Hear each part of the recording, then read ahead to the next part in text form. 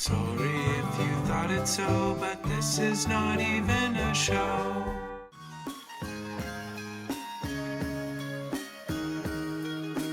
Adjectives, very important. And, you know, if we can enlarge your vocabulary with more adjectives, we will do so. John, line 4, Idaho, welcome to America First. Hey, Mr. Gorka, thank you so much for taking my call. I'm Sure. a huge fan. Super excited that you have the radio show for me to listen to every day. I got a liberal sister she gives me a hard time about being such a fan. She says she calls you a big-headed bootlicker and all sorts of nasty stuff Is like that. she older or younger? She's younger than I am. And then how do younger. you respond to her rudeness? I mean, that's such a lefty thing. How rude of her. Hey, did she? Well, that's what I say. I don't say anything about any of the people that she listens to or likes, and she watches the Daily Show. And I don't ever comment on that. And she's always saying stuff like, she says that you seem like your breath smells and you don't like, just ridiculous stuff like that. Is that what your parents taught her? I mean, I hope not, because I mean, I was taught the same thing, and I don't talk like that. She says, "Oh, he's got nice 3-piece suits, but you can put a 3-piece suit on a piece of dog crap. It's still a piece of dog crap, and he's actually one of the ugliest and biggest losers on the entire terrestrial radio." How hateful she is. What's her first name? Yeah. What's your sister's first name, John? Her first name is Gorka. Oh, so you're a troll. Oh, yeah, that's right. You big-headed. Yeah, dog. you gotta hit the. Green. Yeah, thank you. Kill him. See, this is why the left will never win, because they are fueled by hate. By hate. They are being eaten by acid on the inside. They can't argue your points. They go ad hominem. John, you're a sad little man. Whatever your name is, you're pathetic. You are the antithesis of what this nation is. And the fact that you had to invent a sister to put your foul words into the mouth of means that you, John, are also a coward. And that is why you will lose. I have the microphone. Across the nation, you have nothing.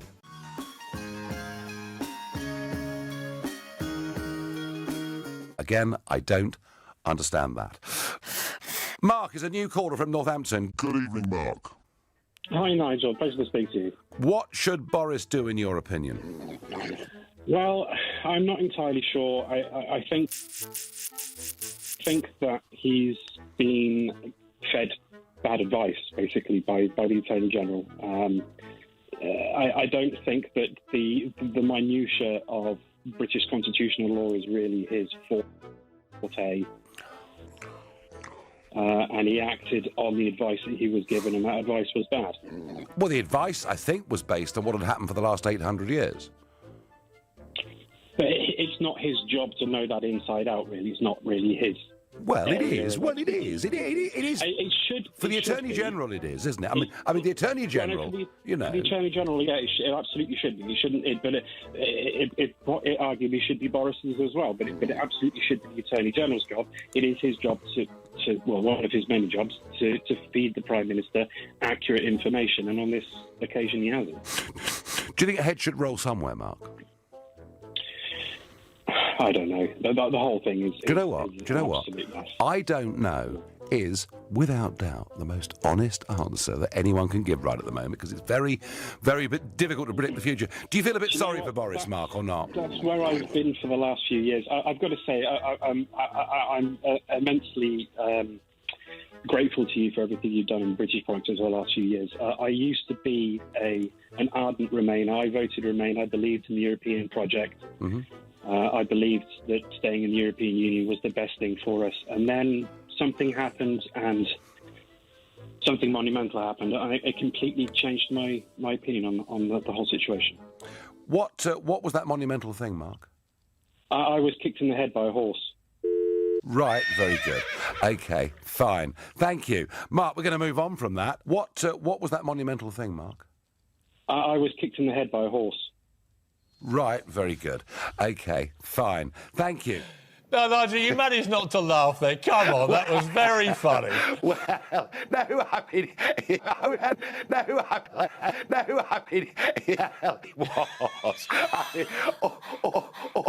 He hasn't changed his mind at all.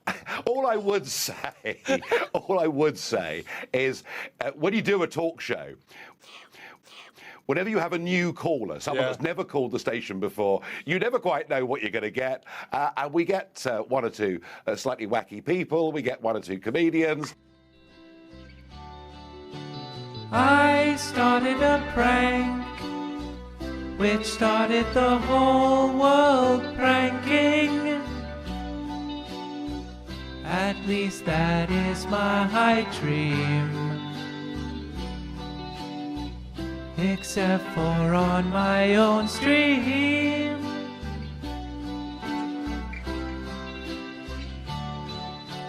I started to pee, which started the whole bathroom peeing. And I failed to see that they were already gonna be.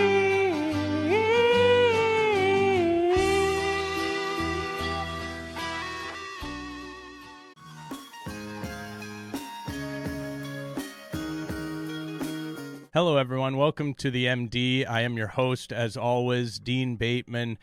Here we debate issues. We talk about the importance of an open and honest debate in the current political climate. It's important to get all different views, and it's important to speak to each other in a respectful way. And today we are joined by Zane Lawhorn, who is running for Congress in West Virginia. Hello, Zane. Thank you for joining us. Thank you for having me. And we're also joined by Bobby Morsum, who is an adult film star. He's starred in over 100 films. He's still a current and active performer, and he's also very politically active. Thank you for joining us, Bobby. Hey, yeah, happy to be here, dude. So I guess my first question for both of you is, what do you think the most pressing issue in the country right now is? And I will go to you first, Bobby. Well, Dean, I think that, personally, I think it's censorship is the biggest sure here. Just in general, did you know that in Japan, they censor the genitals in adult films? They'll blur them out. Yeah, I have seen that. I've definitely seen that for sure, yeah. Well, that's and you know what? It's only a matter of time before that happens here. And that's not, blurring out, censoring the genitals in pornography is completely ludicrous. That's the most important part of the film, and to blur that out is censorship at its highest form, I think, and its lowest form. Zane, what do you think about that? That's an interesting point that Bobby brings up. What do you think about that, about the censoring of genitalia in Japanese pornography? Well, I look at pornography as a person. You do look at pornography. That's a good starting point that you look at. Let me rephrase that. Yeah. Have you ever seen any of my films? Have you seen anything that Bobby's done before? No, I don't watch pornography. You just said that you did before. I've been doing it for 25 years. Okay, let me rephrase. There's a good chance you've seen him and you didn't even know that it was him as well, possibly because I'm the same kind of way. I'm not even necessarily looking at the guy when I'm watching it. But do you think that is the censorship of genitalia in pornography is an issue at all? Well, first of all, I don't watch pornography. Fair enough. What I was getting at was that. Have you ever seen any of my films? Well, he's here, Bobby. He already said no, so it's his turn to talk now. So sorry about that. I could get his address. I'll send over a DVD bundle. Yeah, I have no desire to watch. He's not interested. Yeah. The thing is, when it comes to censorship, there's a lot of different there. Yeah. First of all, if someone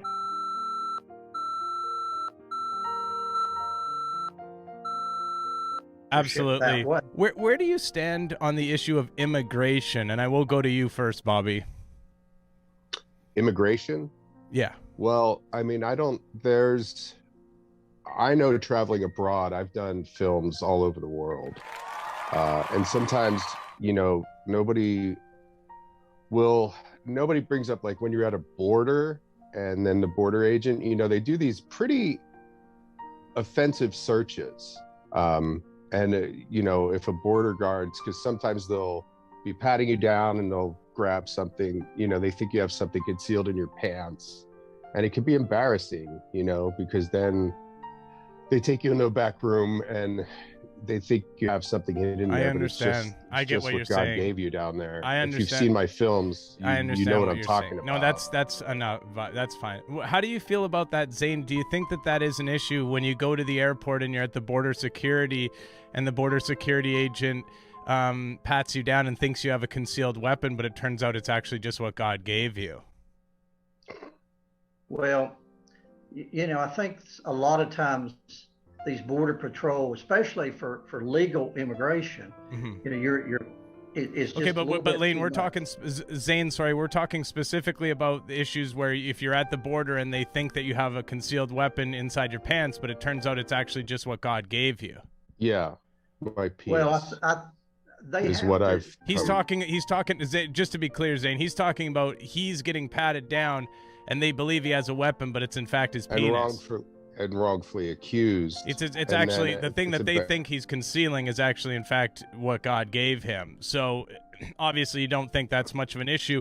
What do you? And then I have to show it to them in the back, which is, I'm in these films, so a lot of people have seen my hog. Bobby, to have to pull it out at the airport for an agent. Enough, please. How do you see inflation affecting our future? And I'll go to Bobby first. Me? Yeah. Well, I'm glad you brought that up, because that's been affecting me and my industry quite a bit. There's been costs, equipment costs, a lot of fossil fuels, lube, for example, the lubricants that we use on set have, some of them, the higher end is tripled in price. Wow. And then there's, it even gets to, I was on a set last week and the director, they can't, because of union rules, they can't force you to do dry anal, but he definitely was suggesting to do dry anal in a scene, which is Zane, how do you feel about that? About the because of inflation, sometimes a producer is asking someone to do dry anal. I'm sorry, man. I'm sorry, dude. I'm sorry, man. Good luck on your thing or whatever you're doing. I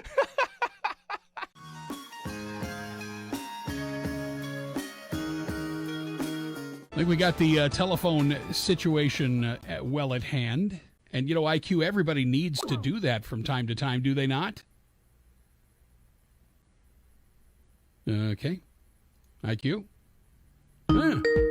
There, ladies and gentlemen. I think we got the telephone situation well at hand. Thank you will now be placed in the queue. Oh my goodness! Wow, that was awfully kind. I think we got the telephone situation well at hand. All right, we'll do this. First we go there, then we go there, and now we're gonna go here. Here. That's sweet. Hang on one second. We'll take care of the sound effects. I think we got the telephone situation well at hand. Let's try this. Hello. There's a caller there. Okay. We got the telephone situation well at hand. Hello, you're on with IQ Al Rasuli. Hello. Hello, caller. I know you've been waiting a while. Hello? Hello. What's your name? Hi, can you hear me? Yes, what's your name? Hi, this is Joseph. Joseph. Oh, sorry, first time. Joseph in Waukesha. Waukesha, how's it going there, Joseph? Oh, probably not too different from where you are, JJ. Given we're all, we're all inside for now, right? Yeah. Or at least, ordered to, being told to. Well, how's it working out in your area? My pipe store's out of commission for now. I don't have to see anyone. I usually don't see anyone there, but I have to close it down anyway. But, hey, I guess plumbing's not essential. But then again, these people have never worked a day in their lives, right?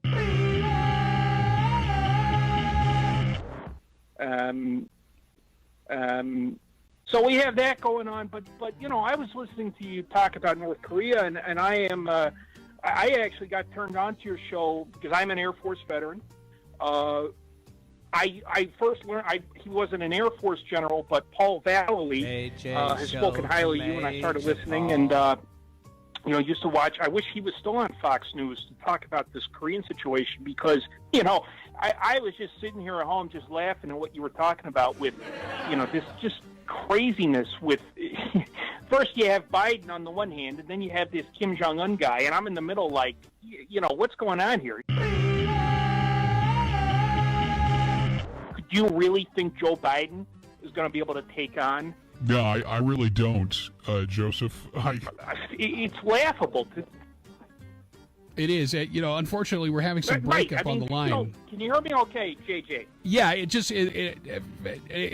for, every How am I coming through? Every 5 or 10 seconds, it just kind of for a couple of seconds. So, but when it comes to Joe Biden, I mean, and thank God Donald Trump came along and put a stop to it. Oh, God bless Donald Trump. And something about that too that I find very funny that I don't think a lot of liberals know. For instance, is North Korea relies on communist China, and I learned that firsthand when I was stationed at Osan Air Base in South Korea, which is near Seoul. I remember, it's the funniest thing. This must have been 1982, 1983, and I had a weekend to R&R. And what most of the guys would do is they'd either stay around the air base or they would go to Seoul, which is about 40 miles away or so. It was a really funny thing. I'm getting some noodles at this stand. I'm not able to pay for it. Well, the guy running the place says, listen, he had broken English. He said, why don't you come and stay with me? And I just couldn't believe it, and I was able to call from his place, arrange for a ride. And hey, Joseph, let's do this. Hell yeah, I don't want to interrupt. Joseph, I hate to interrupt, but yeah, the phone line keeps dropping. So what I'm going to do, I'm going to hang up and I'm going to call you back via Skype. Just let me say this. Just one thing, JJ. Sure.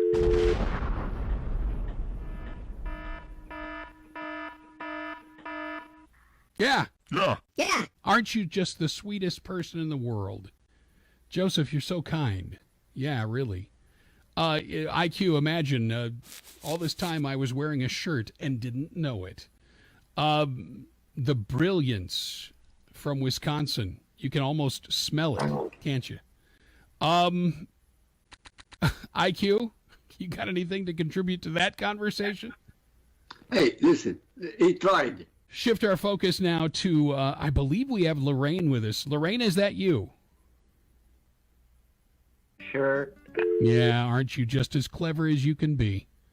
The education system obviously failing at area code 917.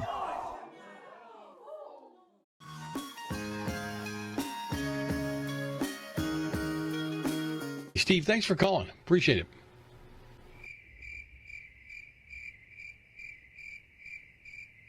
All right. Maybe if I hit the right button, you'd be there. That's fine, Joe. No problem. We all make mistakes. Thank you for taking my call, sir. I appreciate it. I don't know if you were briefed exactly on what my situation is, but I am law enforcement here in Idaho. I am a police officer, and I just wanted to call in about that, sir. Well, listen, God bless you, and I mean that sincerely. I come from a family of Boston police officers, and I know what you guys go through, and I can't even imagine what you're putting up with these days. Yeah, but I want you to know that you can't. we support you. That's right, because you can't. You're a civilian, so you can't. So you shouldn't try to. I appreciate you trying to, but what we do is absolutely something that cannot be quantified by a civilian. And the people that are coming after us and saying, "Oh, all police are bad. All police are bad."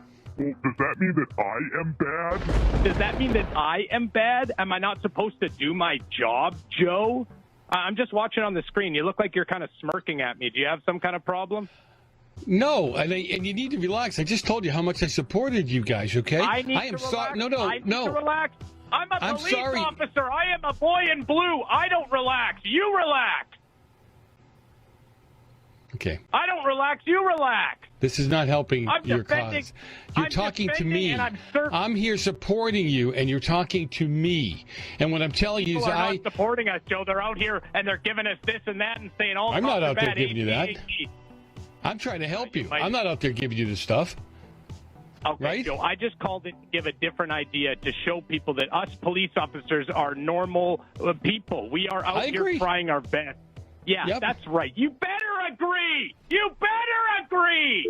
If he's a police officer for real and somebody knows who he was, you need to call a sergeant and let him know that the guy can't control himself. They surely call him Steve-O Bad. And you old-timers that have been listening to the show forever, you know how much I respect and appreciate the police officers.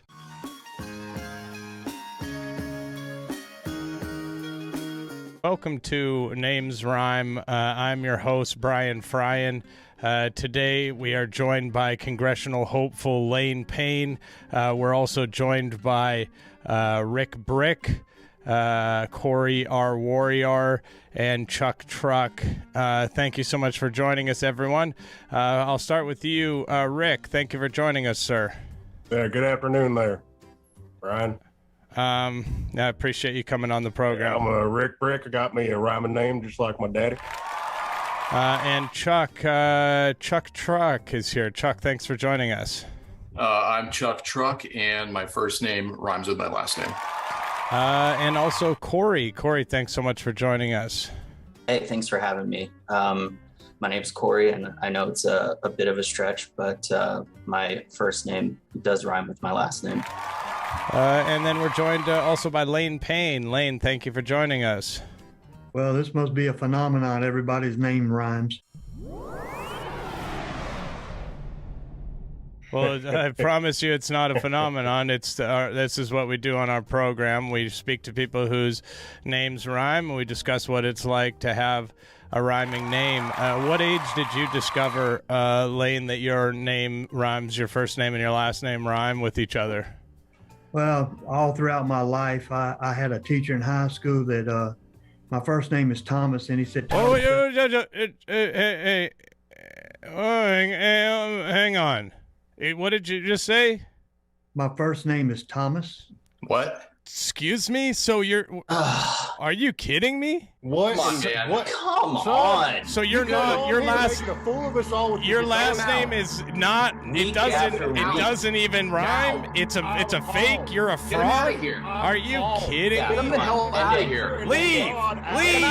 You're a fake. Leave. Go. Out now. Ow. Go.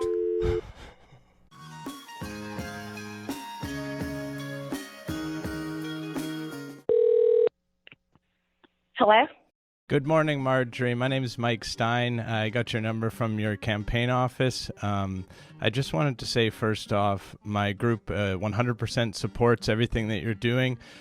We applaud you. We're thankful for everything you're doing. And I just would love to know if there's anything that my group could do to show our support for you in a better way. Well, thank you. Who's your group? The Ku Klux Klan.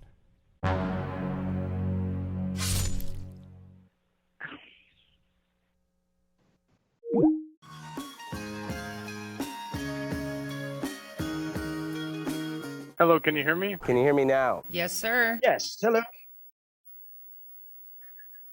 Thank you. Are we on a secure line? Or are we talking on a secure line? Well, we're talking through Blog Talk, through a podcast. Okay, but is it like secure as far as security? Sorry. Hi, my name's Ken. I have been watching for a while, but this is my first time that I'm calling in. I hesitate to call in because I feel like there's sometimes an issue with security and cybersecurity and gathering our information. So if you guys tell me that this is secure, then I feel good about that. Okay, well, I can honestly tell you that the NSA knows what color underwear you're wearing right now, so they have all they know everything about us. I just give up. I promise you, I know that. I mean, they're watching everything, they're looking at everything, and I appreciate you speaking out and talking about some of this stuff that I think a lot of people won't talk about. What was it you were saying about the? Was it Bush impregnated his own daughters and then they got rid of the? What was that? I wasn't sure exactly what you were saying there, but I agree with. Yeah, well, because they had to sacrifice them. That's how they do this whole witch. It's disgusting. These Yeah, that's. These have you guys seen the thing about the sun? Have you guys seen the thing about the sun? No. Which part? The sun, like which part exactly? That's the question, right? Well, so the sun, I guess, it turns out that the sun, I guess, is actually. There's 6G type stuff that comes out from the sun, and it's actually as far as how it, is getting our information and bringing it back to us and shooting it back.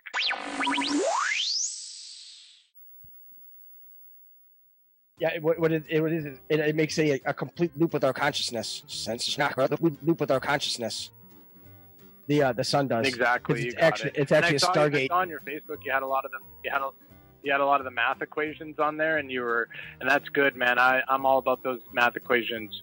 420, Hitler's birthday, obviously they use it as a marijuana thing, but what you have to keep in mind is 4 plus 2 is 6, and then 6 upside down is 9, and that's 69. So 420 and 69 are very much connected.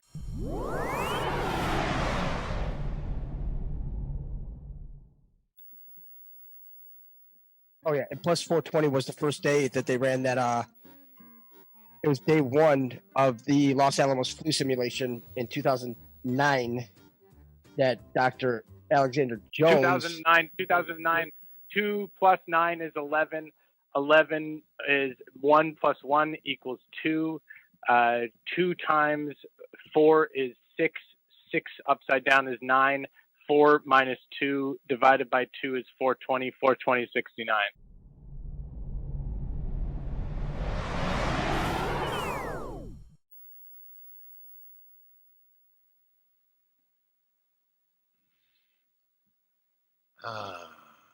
Right? I don't know what to say. I mean, we can throw numbers around. I mean, just trying to follow this numerology. I mean, yeah, there's ways to do it, and I think that there's other ways. That's what I was trying to. Numbers you know, he just throws numbers. That's not. Yeah, because numbers never lie. That's the one thing. It's numbers never lie, and so 6 upside down is 9, and 4 plus 2 is 6, and 4 plus 2, 420 is 69.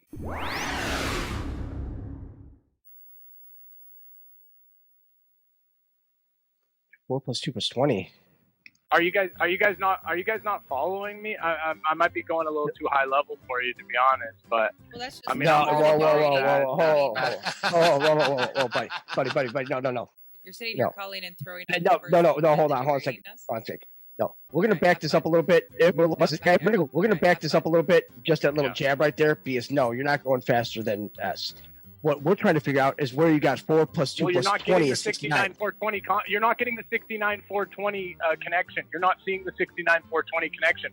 And it's like, if I'm talking to someone who doesn't see the 69 420 connection, how do I speak to them as if they're a serious person in the Q movement? That's all I'm saying. Do you want to retort to anything on that, or do you want me to go to the next caller?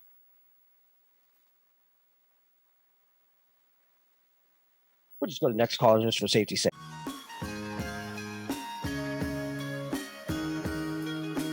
And Warren, are you? We have our producer that's on the call that I'm sure you can see there. Just give me 1 second here. I just need to change something around. So we're just having like a little bit of some technical issues in the sense that he's not able to hear me at the moment, or he's not able to hear us. So he's working from home right now. Wern. Okay, so yeah, he's not able to hear us, so we're gonna ignore him. We'll edit his portion of it out on the final product, obviously, but shouldn't be a problem. I'll be honest with you, he's an associate producer, and people on the show are well aware of his escapades, and he's had some issues, and we have him working from home now, but now we have these sort of problems with the connection and everything, but we'll just ignore him and it should be fine. All right, ready? Sure. Here we go. Hello, everyone. Welcome to the Candidates Canal. I am your host, Cameron Hardwire. Here we talk about how exciting it is to just be a candidate, and we don't focus on winning or losing. It's just how wonderful it is to be a candidate and how difficult it can be. And today we are joined by a gentleman who, I'll be honest, if Warren could hear me right now, I would give him a bit of a dressing down because there was a little bit of a miscommunication. This is, I was under the impression it was the evangelical Jim Baker. Well, I'm glad he's got a good sense of humor about it, because makes me feel kind of stupid and makes me look like a bit of an idiot, but it's a common name, obviously. This is Jim Baker. He's running for a congressional seat. Jim, how are you today? I'm just fine. And by the way, that Jim Baker has 2 K's in his name. He's Dutch. Oh, he's Dutch. Yeah, my Dutch. Fucking shit. That's why there's a difference. Warren, hang on, sorry. Warren, you're not muted. God damn it. You're not muted, Warren. We can hear you. So if you're going, he can't hear us and we can hear him. So that's I don't know when this is going to start. So. We're already going here, Warren. He's walking somewhere now. So I don't love this. The movement is kind of distracting. Jim, we'll try to just ignore him altogether and just do the interview as best as we can. I wish he would just get sitting still somewhere, please, Warren. So Jim, what is it that why is it that you decided to run for office?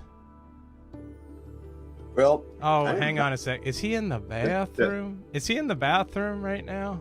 Warren, let me try to type something to him. Because this is beyond the pale. Warren, are you kidding me right now, man? We have somebody on the line, Warren. Is this a joke?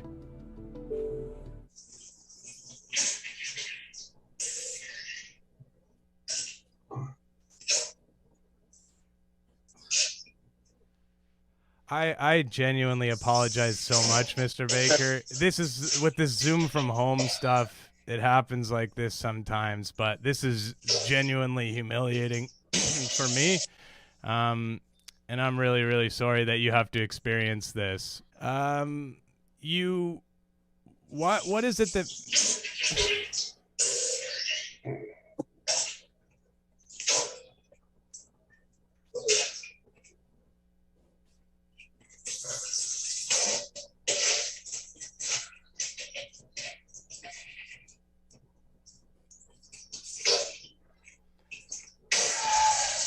How is he still going?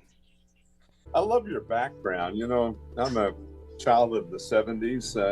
Child of the 70s? That's surprising. I would have guessed the 40s or 50s, but that's just me. Are you fucking kidding me? There's no toilet paper in here? Okay, we're gonna end. I'm gonna talk to Janice! Jim, I'm gonna end the call, okay, Jim? So no, I just took a big shit. I'm sorry, Jim. I apologize. So anyways, thanks so much for the interview. Say hi to your wife, Tammy Lynn, for me. Please bring it down. Please bring it down. I have an interview. Run, you fucking idiot!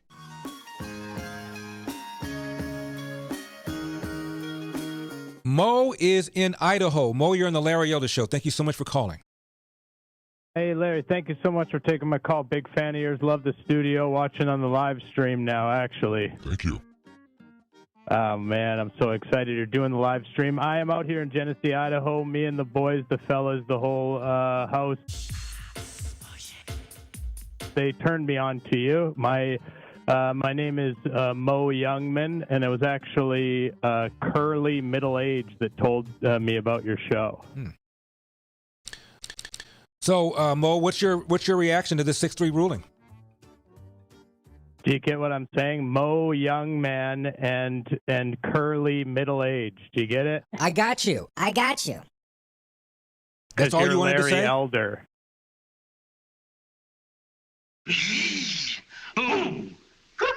It's okay. Mo, was that supposed to be clever or funny? Really? You stayed on the line for that? The Three Stooges. Yeah, I got you. You know the three. Yeah, I got you, Mo, and I think you're auditioning for one of them, aren't you? Scott is in Illinois. Scott, you're on the Larry Elder Show. Why, I oughta. Really? That's it? They're out today. When we come back, are we taking your calls? Mike is in Houston, Texas. Mike, you're on the Larry Elder Show. I'm going to be in Houston, not in Houston, but I'll be in Texas. Mike, thank you for calling. Thank you. Is that it? No, you need to tell me why you're calling. It's your stage, Michael. Fire when ready. Sorry, Mike in Houston. Right, I understand. I was just telling you that I'm going to be in Texas, in Dallas tomorrow for the premiere of my documentary, and I just mentioned that because I know you're in Texas right now as we speak. That's all, Mike. But Mike, go ahead. What's on your mind? Oh, am I on? You are on. Oh, okay.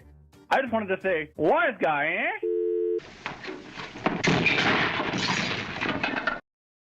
Wow. All that time.